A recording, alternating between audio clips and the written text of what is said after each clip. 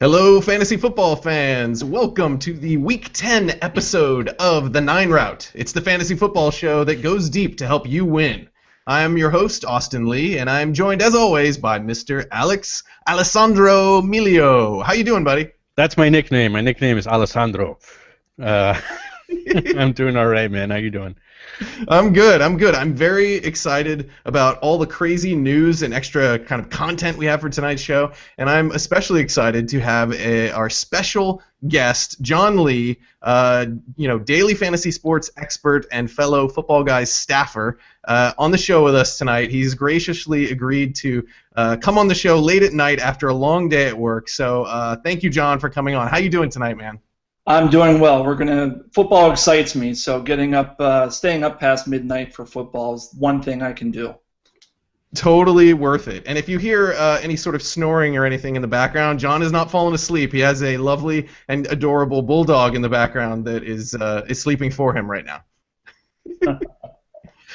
So tonight we're going to cover a lot of news and injuries. We've got our daily fantasy sports picks of the week, and we're going to get strategy tips from John, who has a lot of experience in DFS.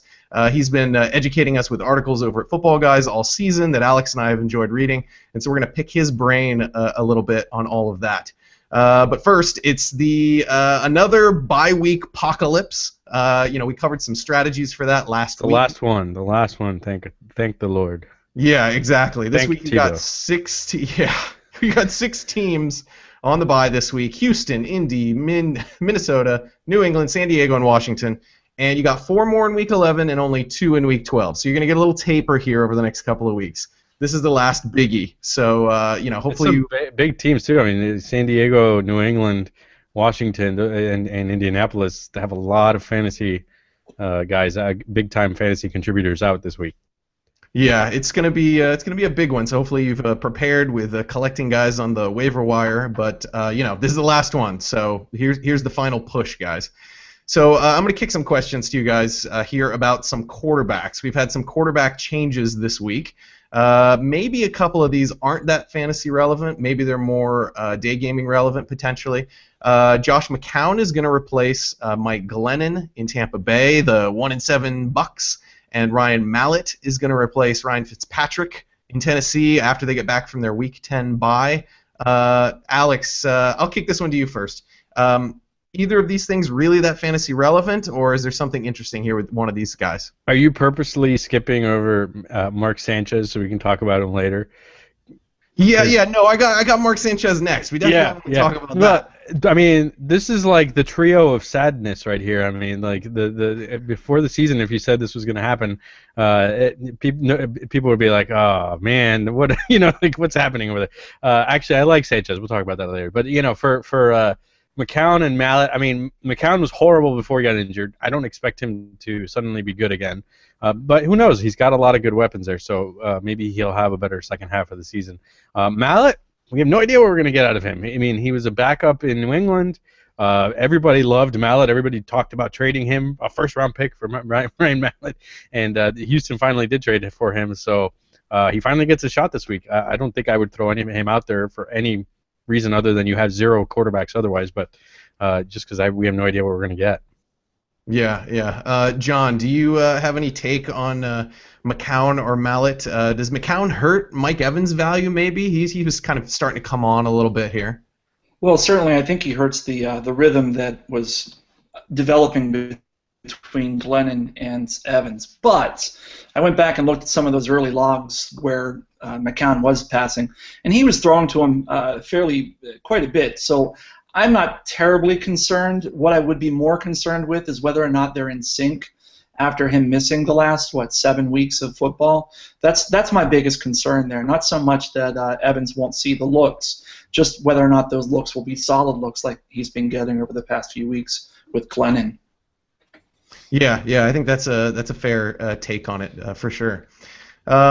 And then, of course, to Nick Foles here, got the collarbone injury, broken clavicle. Mark Sanchez is going to step in here probably for the rest of the regular season, and if the Eagles have get into the playoffs, he might even take them into the playoffs if he plays well here. Alex, how are you feeling about Mark Sanchez? Is this going to be Sanchez from the Jets, or is this a new Chip Kelly reformed Sanchez that's magically a great quarterback? I tell you what, the football gods have a really great sense of humor. Because a year ago, if you told me Mark Sanchez was going to be a great option in any way, then everybody would have laughed us out of the room. So yeah, I mean, this week first of all, Sanchez is in a much better situation with the Eagles than he was with the Jets. The Jets had nobody to throw to. It was just a bad offensive system, and granted, Sanchez didn't play well himself, but he's with a new team now. He looked great in the preseason. Looked pretty good last week. He's got weapons, and he's got a great matchup this week against the Carolina Panthers. So it's like a lot of good things coming together for him. I have him right around I don't know exactly where I have him, but I think I have him as a top 12 quarterback this week. Not somebody that's going to put up a huge game, but somebody that could put up a huge game. Yeah, I think that's fair, and I think this is a very friendly matchup for him to start with. John, what's your take on the Philadelphia quarterback situation? How might it affect their pass catchers? I actually don't think it's that much of a drop-off. I mean, we'll see what Sanchez looks like when he gets out there and he's playing every game. Last week, he threw 2 interceptions, but for the most part, he looked pretty good for a guy who hasn't played in a long time. And I was going back and looking at some of the numbers and the metrics this week. It's not like Foles has been busting down everything. I mean, he's 25th out of 28 in qualifying passers in terms of quarterback accuracy this year. His quarterback rating is really low. His deep pass accuracy is low. He's just not been a very good quarterback. And so to think that Sanchez is going to come in and do that much worse than what Foles has been doing, I'm not so sure. I'm from Philadelphia, not an Eagles fan, but I'm here, and I know they always say that it's not the player, it's the system. And if that's the case, then Sanchez should be able to go in there and make a real impact from the very first pass. And last week in 3 quarters, I think he did exactly that. Yeah, and I think we'll find out pretty quickly in this matchup this week whether it's the system or the player here, because Foles, like you said, hasn't been lighting it up. But I still have this lingering doubt of butt fumble in the Jets land. I don't know. I wouldn't be surprised if he face plants, but I'm going to be optimistic at first and see how it goes this week. And I misspoke earlier. I accidentally said that Mallett would be playing for the Titans. He is not. He's playing for the Texans. He's playing for 2 teams this week. Yes, exactly. That's how amazing he is. It's fantastic. Brian Hoyer is starting for the New England Patriots on the bye. Exactly. All these former New England quarterbacks being passed around, I sort of lose track where they end up. So let's talk about a couple other quarterbacks that are emerging as well. Ryan Tannehill has been showing pretty well. Carson Palmer has been playing pretty well. How would you rank those guys rest of season against a guy like Sanchez in sort of a unknown but high opportunity offense here? John, which of these 3 guys do you like most rest of season? I think I like, believe it or not, simply because of the system and the weapons around him. The Dolphins run a very similar system, and quite frankly, Tannehill looks great running that read option right now. It looks like he's finally comfortable after the whole season running it. I just don't know that he has the receiving weapons that the Eagles do. I mean, Mike Wallace is hit or miss. Certainly, Brian Hartline is not the answer to anything. And in Arizona, you've got Fitzgerald and these guys, wide receivers, and John Brown and Michael Floyd, who are very inconsistent. The most consistent thing going on in Arizona right now is Andre Ellington. So in terms of those 3, I would have to rank them Sanchez because of the system and the talent that's around him, followed by likely Tannehill simply because he'll get 4 to 6 fantasy points every week just on rushing yards alone, followed by Carson Palmer. Yeah, Alex, what do you think about those 3 guys, or is there any other quarterbacks kind of in that same area that you like a little more? Well, can you guess what I'm going to say? I mean, it's pretty obvious, right? You're pick, aren't you? You're like, Tannehill's the guy. It's because rushing yards are there. I mean, trying to set aside bias. I wrote a piece on him this week. Go read it at Bleacher Report. But Tannehill, he does. John is right. He doesn't have the weapons that Sanchez has. However, he is the best quarterback out of these three at this point in time. I don't know if he's going to sustain that, but the last 5 weeks he's looked fantastic. He's put it all together. He's got the offensive line working for him. He's got the read option, as John mentioned. He's getting 40. He's had 40+ yards in 4 straight games now, and he hasn't scored a touchdown on the ground yet. So he's gonna score a touchdown or two eventually, I think.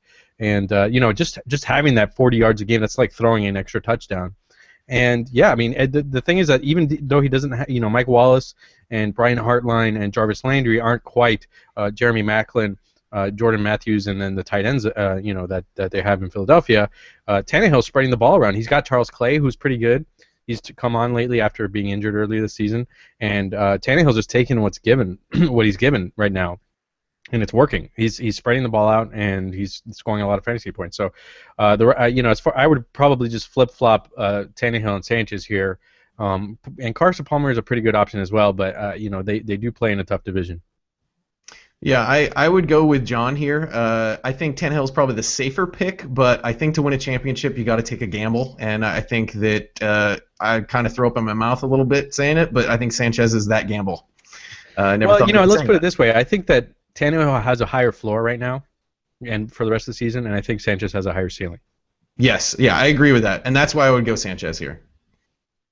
And so, we're looking ahead a little bit. Is it possible that there's another quarterback switch that could happen, that if you get ahead of that, owners could sort of take advantage of? Like, there's been some rumblings that maybe Hoyer may get pushed aside. Or should people run and pick up the, Johnny Football or anything like that? Alex, I'll kick it to you. Is there any, quarterback that you kind of got your eye on a little bit? No, there's just too many quarterbacks that are out there that I wouldn't really speculate on a guy like Manziel. I was just reading something today about how the front office is really saying that he's not going to play this season. So unless there's an injury to Hoyer or Hoyer really tanks, which we can't really expect, he's been playing okay. And then now that Josh Gordon's coming back in a couple weeks, I think that Hoyer's going to take off even more. So I wouldn't go grab Manziel. I don't have my eyes on anybody else. Yeah, and keep in mind that on the quarterback talk here, Tony Romo is still a little iffy for this week. We may see Brandon Weeden again at Jacksonville, but follow that situation closely. Let's move on to some running backs. There's lots of running backs that are sort of injured and coming back or nicked up, and I want to get your guys' take on a few of these guys. Let me run through a few of them real quickly. It looks like Arian Foster left the Week 9 game with a groin injury. He's not practicing yet, but the Texans have a bye this week. It sounds like he might get back on the field after their bye without a problem, but Alfred Blue is definitely the handcuff you want if he's for some reason still out there. I don't think you need to panic, though. It sounds like Foster may go in Week 11. Giovanni Bernard, it looks like he is not going to play tomorrow night against the Browns. Jeremy Hill, I think, is a top 10 running back play this week. He looked great last week, and if Bernard's out, I think Hill is a guy you definitely want to have in your lineup and consider in daily fantasy. Rashad Jennings is a guy that it does not look like he's going to play this week, but maybe he'll get back Week 11. New York Giants beat writer Dan Graziano thinks he's targeting that Week 11 return. So, is there anything with any of these situations here, John, either with Foster or Bernard or Jennings, that you kind of have a situation you're trying to take advantage of, or something you find interesting about one of these situations? Well, I mean, for season long, not so much, because I have no interest in picking up Alfred Blue. I would blue in the face if I did so. This guy I'm a big guy. I'm 6'5". He looks like me running the ball. He's slow and he's upright and he's clumsy and he's averaging about 1.5 yards before somebody trips him up at the line of scrimmage. And he's got no fantasy value as far as I'm concerned. So I'm completely off him, even if he is the starter and something really is wrong with Arian Foster, which I'm not buying into yet either with the bye week coming up. And then in terms of Jeremy Hill, who does excite me, he's not on any waiver wires at this point for season long. That said, for DFS, for football guys this week, I always do a write-up on a Thursday night game for those guys who like to play those Thursday to Sunday schedules. And Hill's my first 4-star play of the year. in terms of his value and return on value this week. I think his price is just too low against a terrible, terrible Cleveland Browns front seven that's giving up nearly 5 yards a carry and 140 some yards a game. This should be a game where he gets 20 carries, 20 plus carries. I could see him finishing 4 times his value on both of the major sites. Yeah, that's an interesting. Go ahead. Well, I was going to ask because I've noticed that anytime, it feels like anytime that there's a Thursday guy that looks like he's just, you have to play him, that he totally lets you down. So I'm always worried about playing those Thursday guys in DFS. I tend to stay away from the Thursday games unless I'm fading something. I'm sorry, Austin. I tend to stay away from them simply because they're often over-owned. But if you want to get an indication of ownership on a FanDuel, for example, you want to enter a large field 50-50 to get a feel for ownership in cash games, then I think you almost have to or are obligated to roster a guy who offers that much value. Like last week, Mark Ingram, I had him as a 3-star play, and he was 6,000. I think he scored 28 points or something. And if you didn't have him in those Thursday night games, you weren't winning unless you just nailed everything on Sunday. Yeah, and that's an interesting point. We talk sometimes on the Football Guys email list about ownership percentages in daily fantasy and sort of thinking like if you think this guy's going to be like 40% owned, then you need to have sort of a confidence that there's a more than 40% chance that he's going to perform well for you to invest in that guy. Otherwise, you're going to want to kind of stay away from the crowd. Is that an accurate description of thinking about ownership percentages, John? Absolutely, and I'll take it a step further and just say if a guy's that highly owned, you're almost better just to, even if you disagree with the masses, especially with a cash game, if you disagree with the masses, still roster him because you can beat your opponent elsewhere. But if that player goes off and he's 40% owned, you basically lost for the week, even if you're in a 50-50 or a GPP, simply because that player, you have to catch up 60% of the population of that player pool elsewhere, and the likelihood of that happening with an extreme value play is minimal. Yeah, and I think Jeremy Hill was a good example of that last week, where it was like, he's going to be more than 50% owned, don't sweat it, just get him in your lineup, and I think that panned out for the majority of people, and you just don't want to get too cute with that sort of situation. Let's answer a Twitter question from Jill, one of our loyal listeners. Thank you, Jill, for listening every week and sending in your questions. She's got a question related to some other running backs that are kind of making a comeback. She is wondering whether she should start Monte Ball or Anthony Dixon this week. Now, she admits that these are terrible options. She's in a real bind. There's the buys. Let's cut Jill some slack here. She knows they're terrible. But this gives us an opportunity to talk a little bit about the Denver running backs and the Buffalo running backs here. Alex, what would you do in Jill's situation here other than cry? And what do you think about these backfields in Week 11? I mean, Week 10, sorry. Well, this week, both of these guys are practicing, Monty Ball and Fred Jackson. So I don't know about Ball because he's been out for a long time now, and Hillman has been playing well, so I'm a little concerned about his situation. I think a lot of people are. However, I mean, he was a starter going into the season. That has value with the coaches, I think. So I don't think that he's going to be a backup. I think he's going to be in a timeshare. And we saw that the Denver Broncos did take out Hillman for stretches over the past several weeks.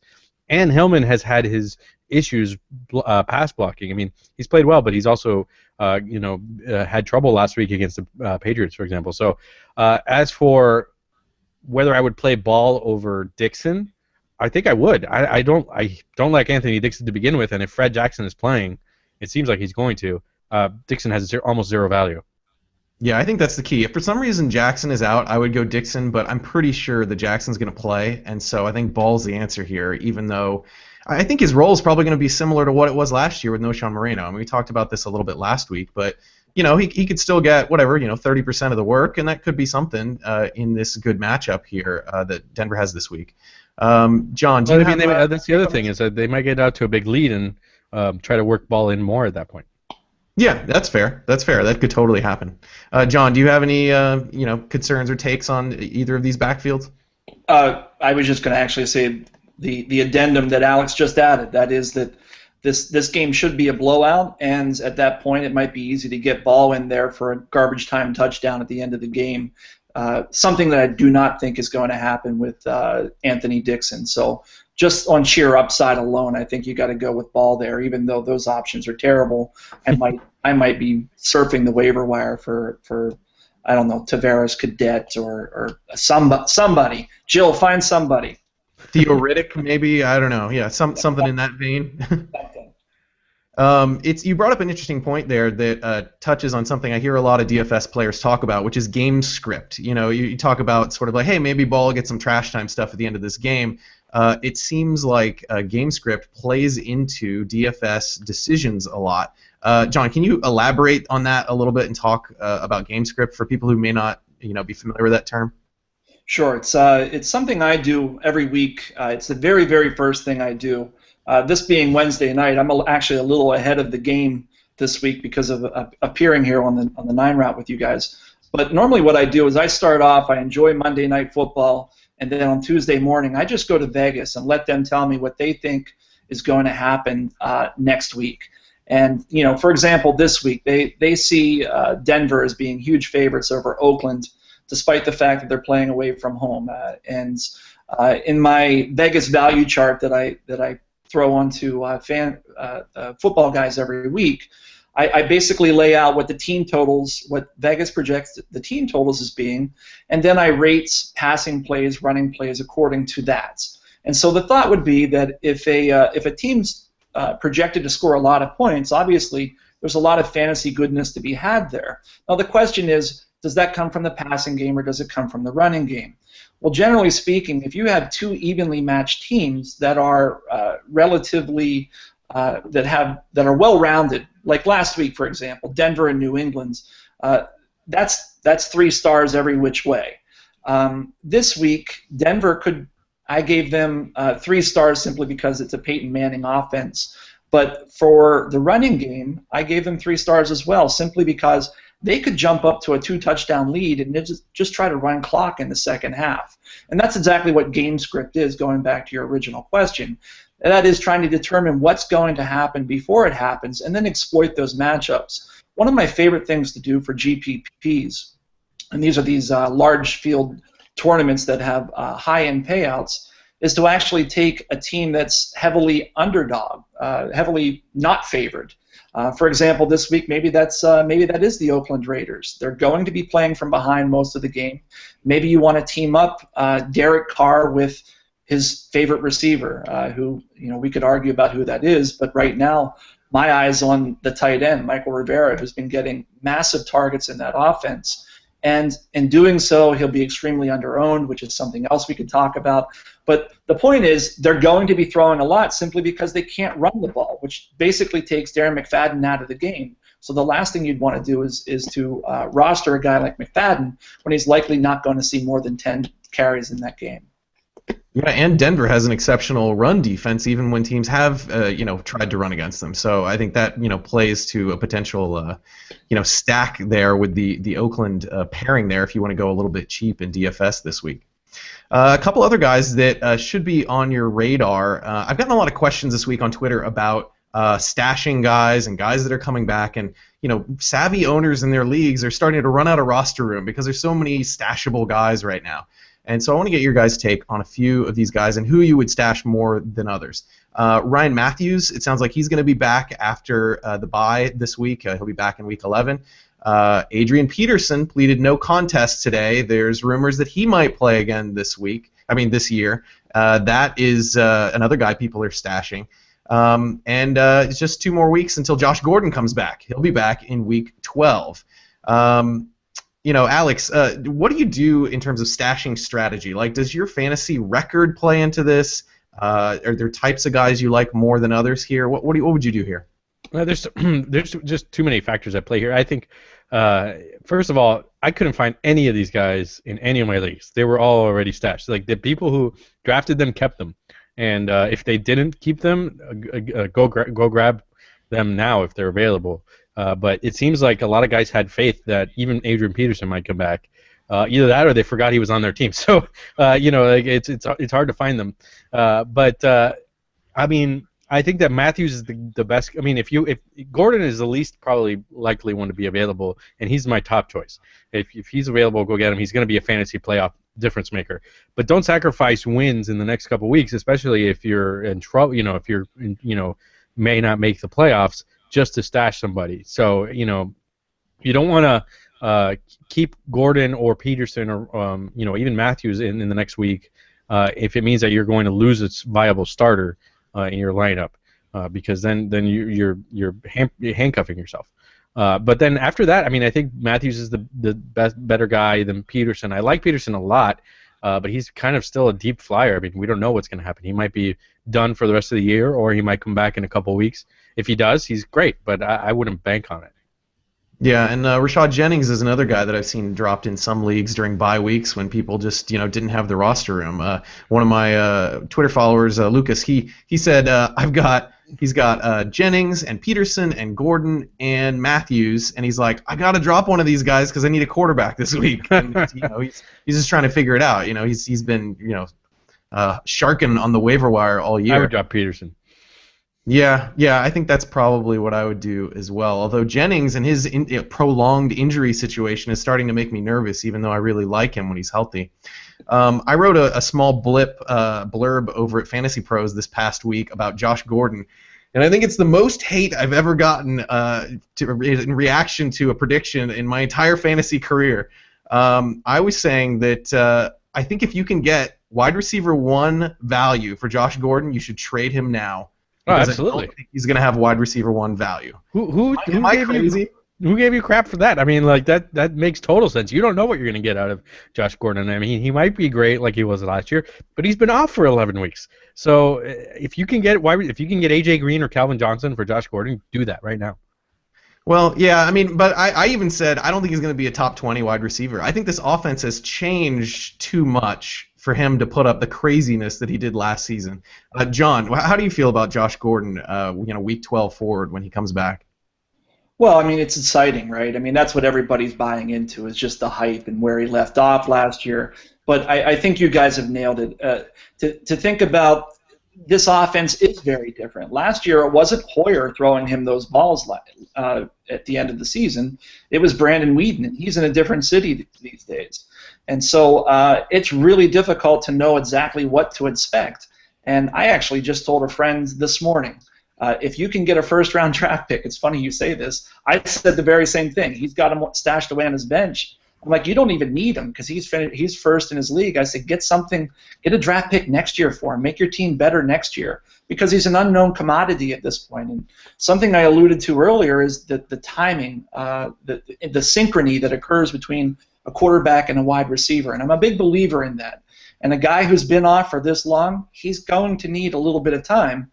And if your playoffs are 14 to 16, like most people, do you really want to take that chance that he's going to be in sync with a quarterback he's never played with before? I don't.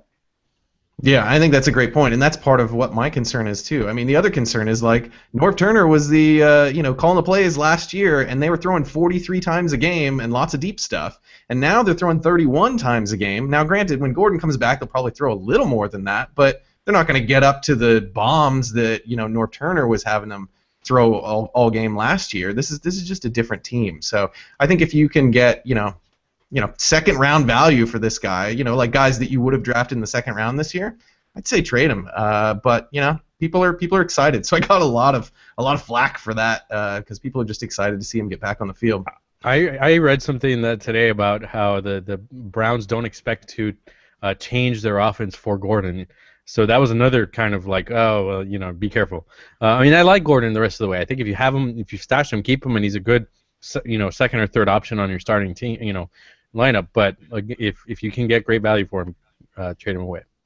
Yeah. He's got a lot of upside. I'm not saying trade him for pennies on the dollar, but if you can get cash in on the hype, I say go for it before he even hits the field. You can get Mark Sanchez. No. No.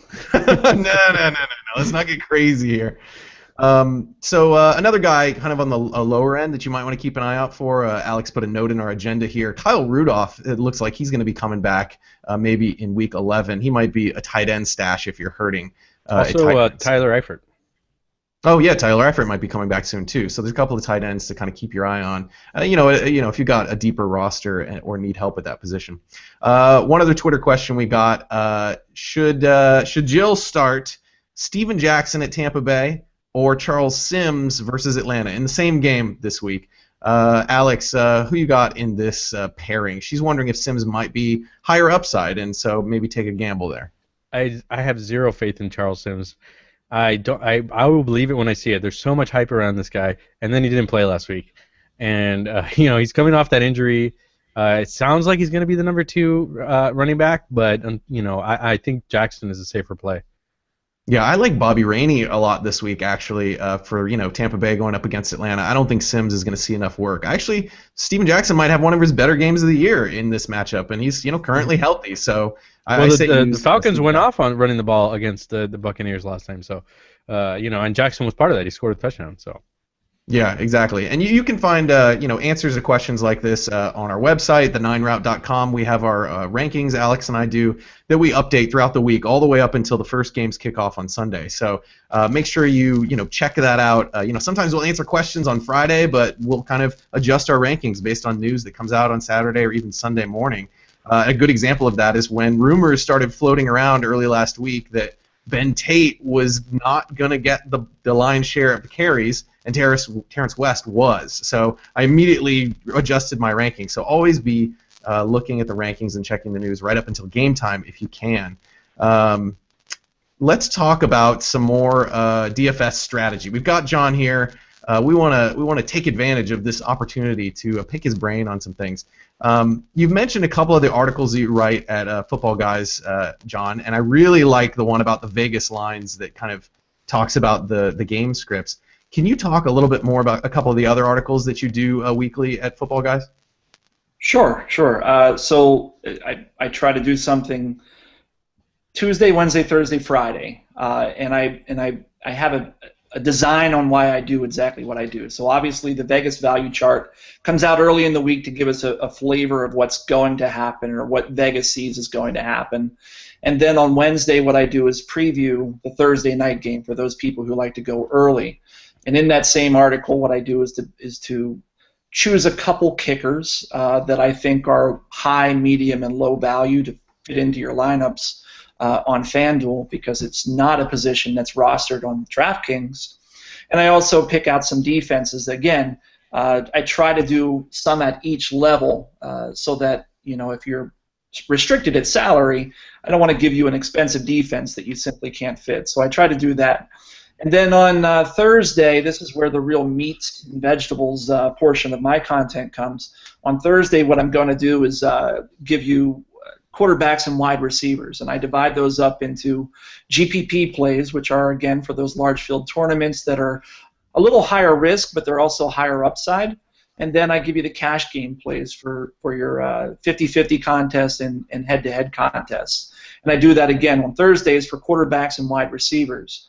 And then on Friday,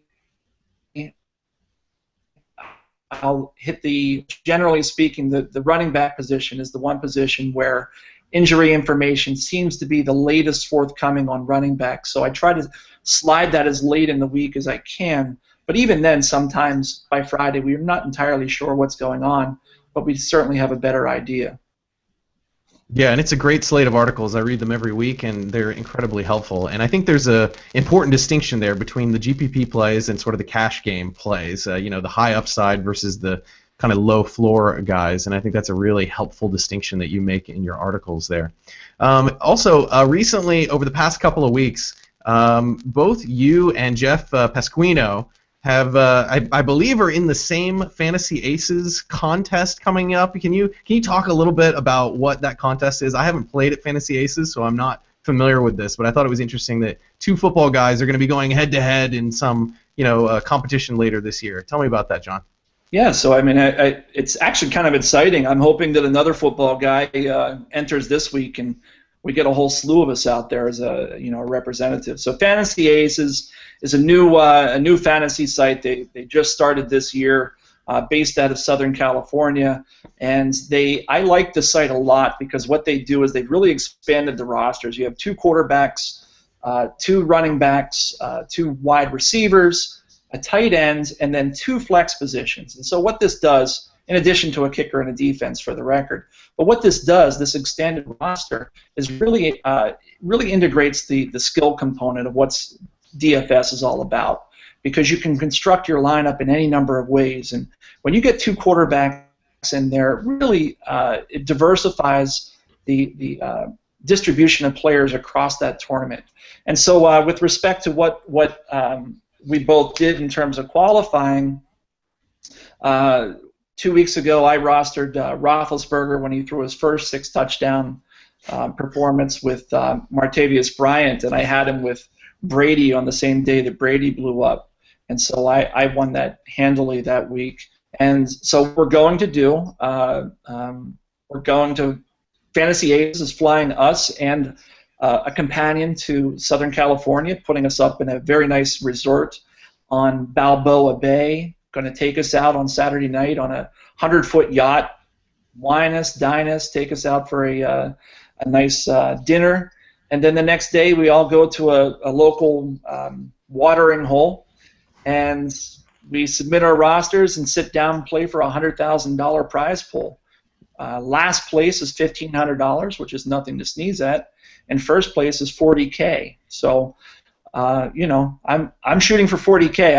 I don't know what anybody else is shooting for, but I got my eyes on the prize.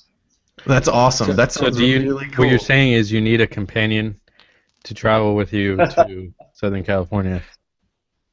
You're not as attractive as my girlfriend, Alex. I'm sorry. Darn it. Yeah, you shaved too much of your facial hair, dude. I told you. Yeah. And so I want to make sure we get to some of our picks here at DraftKings and FanDuel, but I want to pick your brain on one more strategy thing here. By the way, congratulations. That's super cool. That sounds really fun.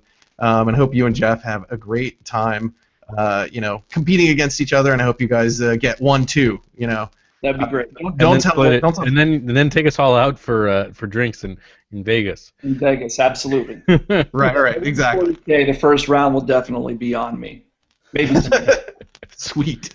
I'm wondering if you have maybe like one tip for new players, something that's really important for new players, and maybe quickly, like one tip you think for guys that have been playing maybe for a little while that is kind of overlooked even by like intermediate and advanced players in DFS. What do you think about that? Oh, okay. For new players, opportunity is where it's at. You need to make sure that your players are going to have opportunity to score. And the only way that can happen is if they're getting targets and touches. And so I will always talk about targets and touches. One of my favorite features on Football Guys on Tuesday morning is to go and see who got an abnormal amount of touches the week prior, and are there trends there that I can capitalize on before the next guy does. And so I'm always looking at targets, particularly in the receiving game. And so that's something that a beginner needs to be tracking. Maybe another thing is what I refer to, and it's my own term, is a dichotomous defense. That's a defense that's really good at one end, but really bad at something else. And a prime example this year has been the Jets. The Jets have been really strong against the run, and teams have not been able to run on them very well, but they've been terrible in terms of their secondary. And so when you have a team that's going up against them, you know what they're going to do. They're not going to be able to run, so you can roster their receivers and their quarterback and feel confident that you're going to get those points when they go up against one of these dichotomous defenses. For the record, Arizona is what I see as a dichotomous defense right now. They're really strong against the run and terrible against the pass. Unfortunately, they play St. Louis this week, who has no passing game to speak of, so that nullifies that argument this week. But look for it next week. In terms of guys who maybe have been playing a little more, who might have some experience, maybe an angle that they might not have realized or thought about is looking at matchups between the cornerbacks and the wide receivers. A lot of times there are matchups that can be exploited, and this week, for example, Torrey Smith is on my radar. Torrey Smith traditionally is not a great daily or even season-long fantasy guy for that matter. But this week he's going up against Bleedy Ray Wilson in Tennessee, who's one of Pro Football Focus's worst cornerbacks.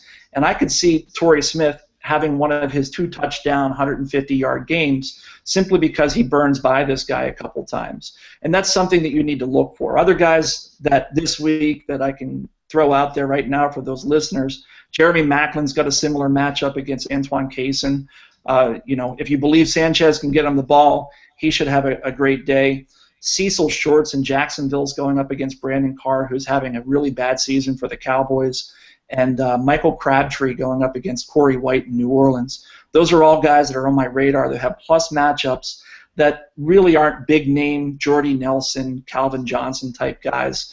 And that's the type of guy that you need to roster in order to win these large-scale tournaments. Yeah, that's great advice. That's really cool. And a shout out there to the guys over at Pro Football Focus. Alex and I used to write for those guys. They have great information about matchups between corners and receivers and sort of grading them all out. I think that's a great source there to send people to. Let's dive into some of our picks of the week, and I think we kind of touched on some things that maybe Alex and I have a couple of decent picks here based on that information you just said. So. Alex's stack this week that he likes at DraftKings is going up against that Jets defense we talked about. Alex, why don't you talk about that? Well, I expect Ben Roethlisberger to throw 7 touchdowns this week. And so you should definitely start him. It's funny. I joked last week, probably in the first or second quarter, that, oh, you mean Ben Roethlisberger's not going to throw 6 touchdowns this week? Just kind of like, yeah, he was falling back to earth. And then, of course, he throws 6 touchdowns, and I look like a total moron. So, but yeah, I don't expect him to go that crazy, but I think that he's going to have 3 or 4 this week against the Jets, and I love Antonio Brown. He's one of the best receivers in the game. He's getting a ton of targets, and that Jets defense is awful against the pass. So, and both of them are pretty good price. I mean, Brown is pretty expensive at $8,700, but for a guy who's probably going to be in the top 5 at his position this week, that's not too bad. And then Roethlisberger, I don't know why he's only $7,500. I guess we were speculating that in the email. Maybe it's because DraftKings doesn't set their or sets their prices before Sunday night. But I mean, that's a crazy low price for Roethlisberger.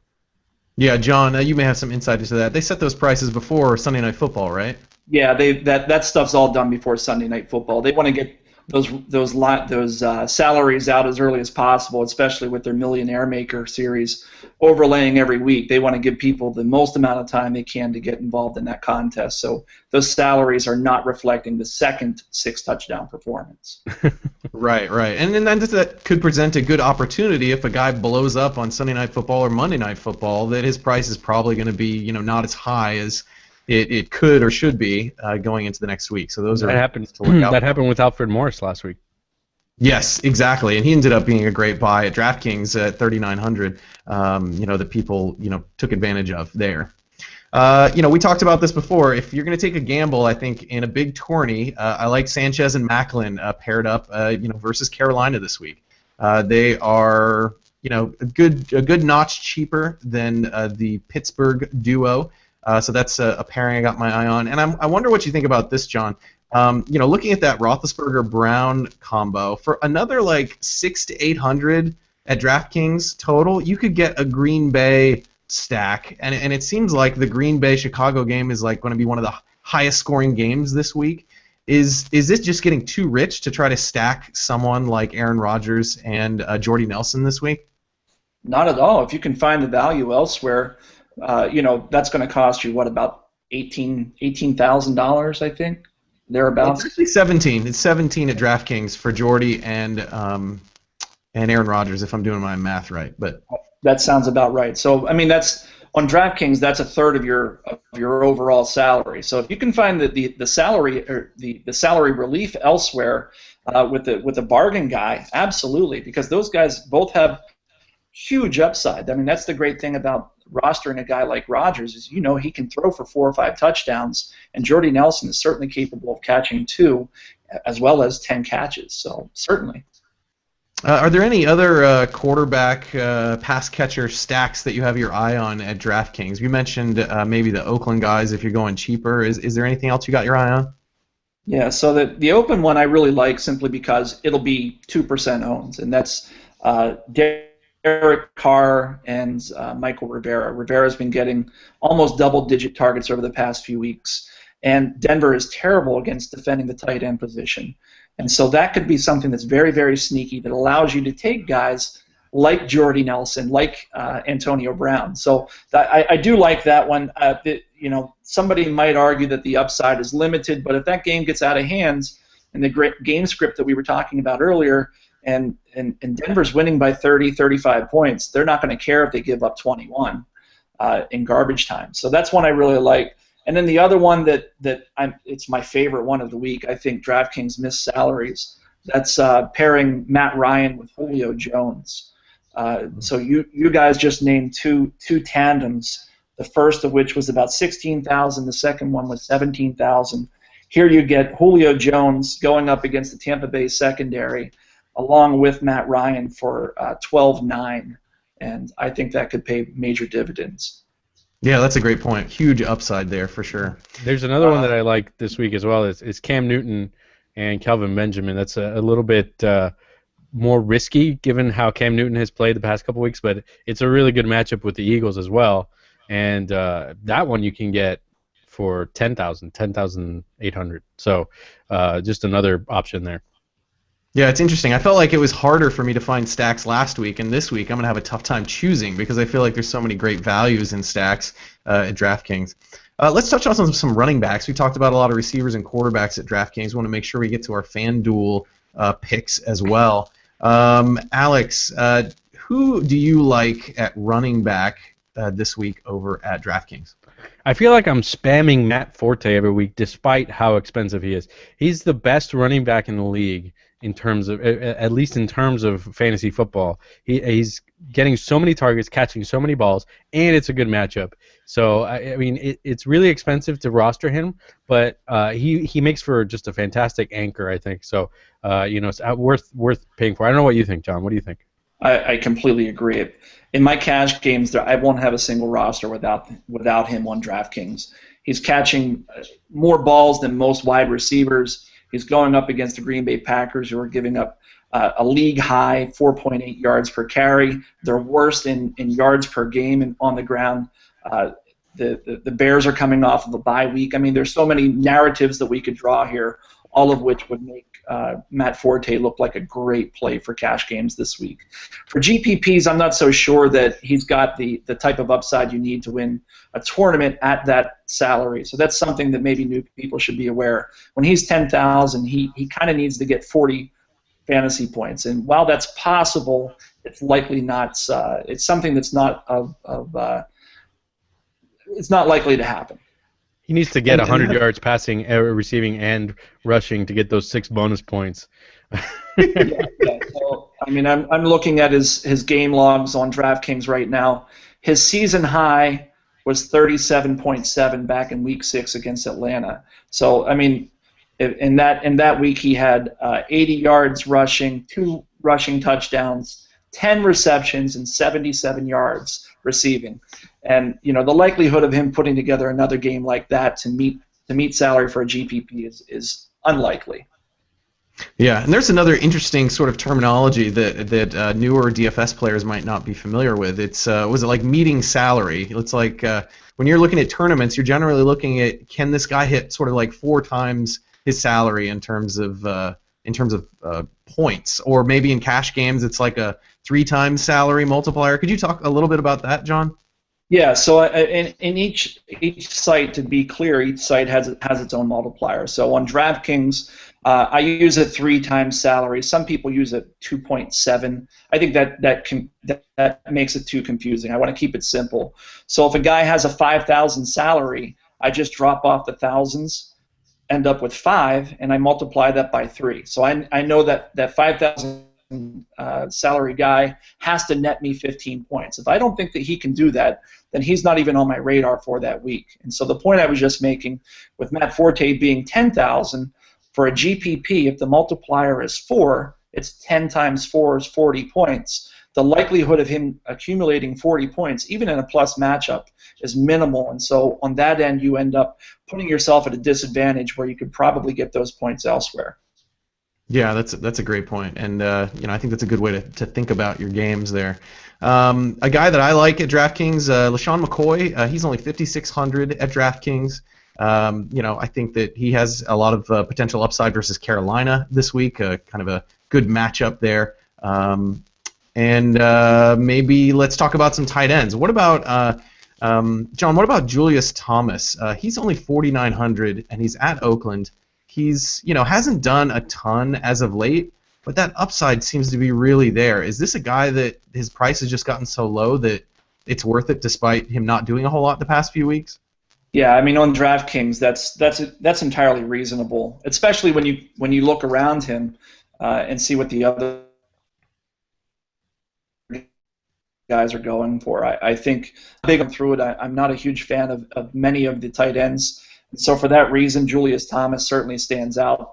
Traditionally, if you read my articles on tips and picks on Football Guys, I generally refer to Julius Thomas as a GPP-only guy simply because his salary is so high generally. This week it's not, but generally it's so high, and he doesn't get a lot of targets in that offense. Again, it comes back to opportunity.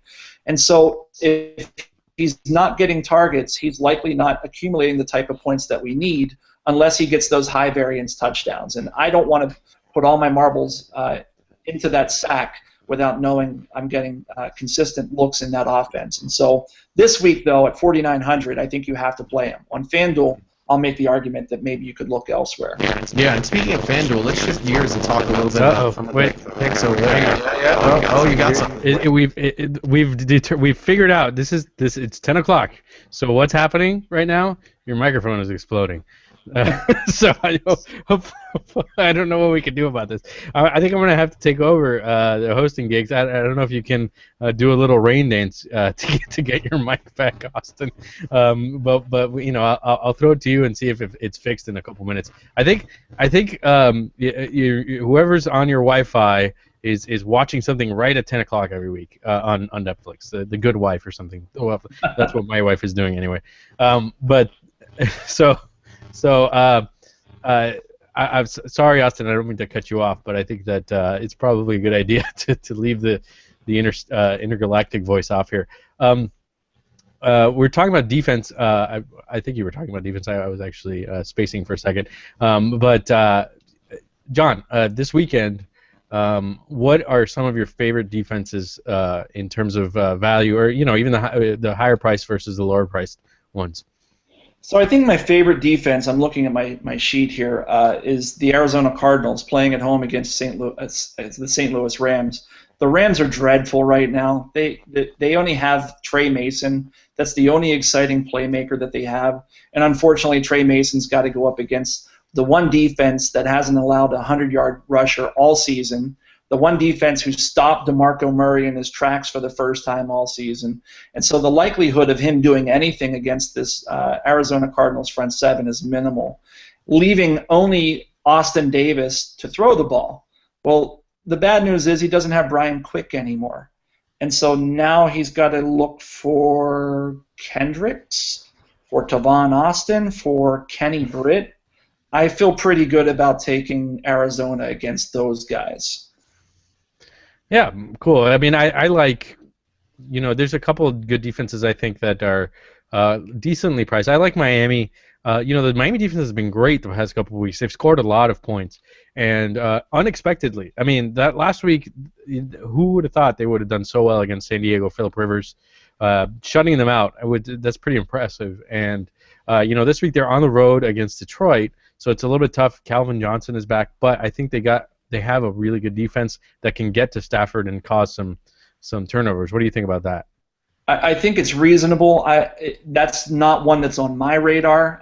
That would be a GPP play only for me, simply because I think that team, the dynamic changes when Johnson comes back. Even if he's on the field as a decoy, I think that helps everybody in that offense. And they've had a week off. They come off a bye week. I love playing teams that are coming off a bye week because I think that they're able to plan the game plan better. So that one, I won't say it scares me. To get where you're coming from, particularly after the last 2 weeks, coming back in a bye week, it's not a position I want to put myself in unless it's a GPP where I want to separate myself from the masses. Austin is trying. Let's see, Austin, how's your microphone? Is it working? It's back to where it was before. Okay. Oh, wow. Okay, awesome. Okay, I will try to figure out what the 10 o'clock glitch is before our next show, but that's 3 shows in a row where my voice went intergalactic right at 10 o'clock. Let's talk about some FanDuel prices, shall we? John, tell me. We talked about some of these pairings over at DraftKings. What are you seeing in a pricing difference over at FanDuel that maybe has you excited about a different pairing over there? Well, I definitely have different pairings. I think that FanDuel's algorithm this year has been a lot more improved than it has been in years past. Their salary seems to be a little tighter than what DraftKings is putting out there on a weekly basis.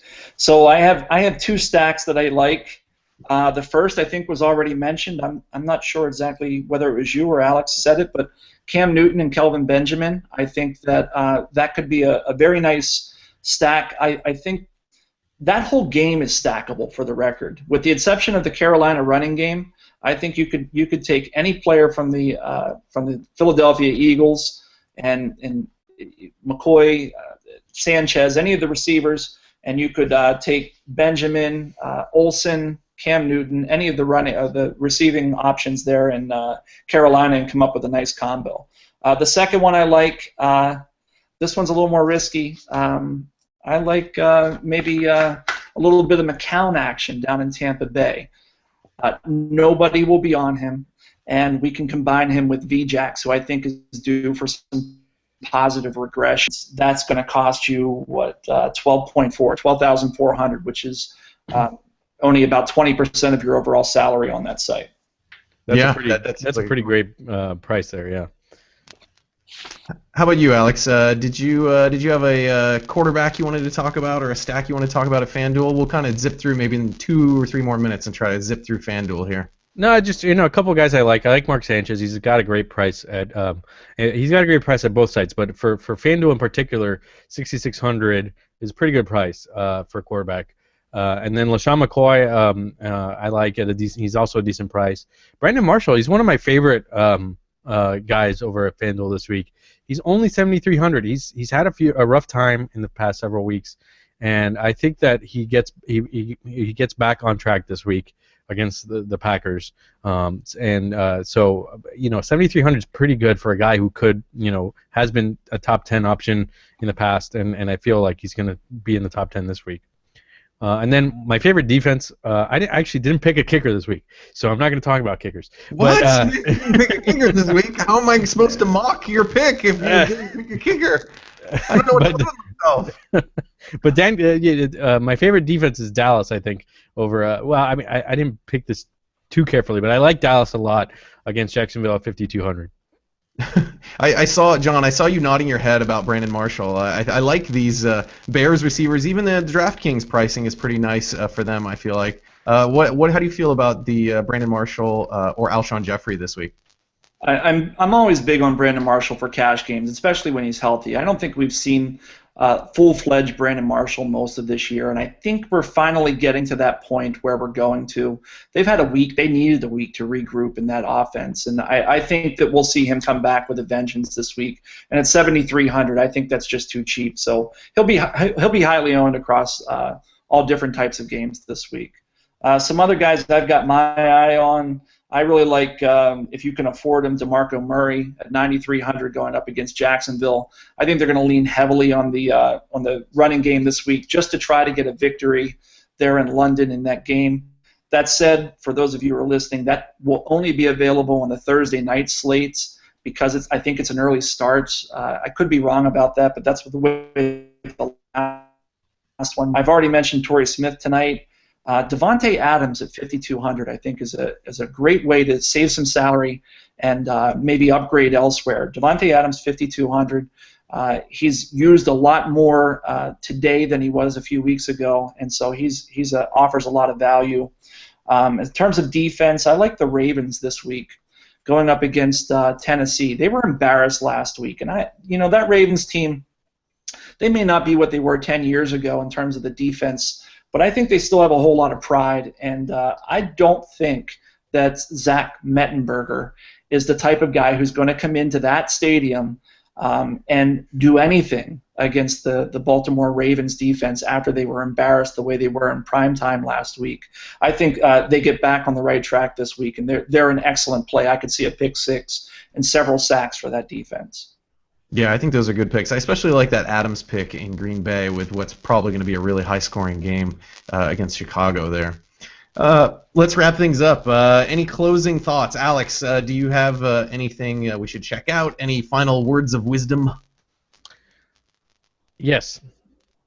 So I wrote that piece on Ryan Tannehill on just how he got from almost benched after week 3 to a guy who looks like a budding star based on last week. He looked fantastic last week, and it's over at Blue Chew Report, so go check it out.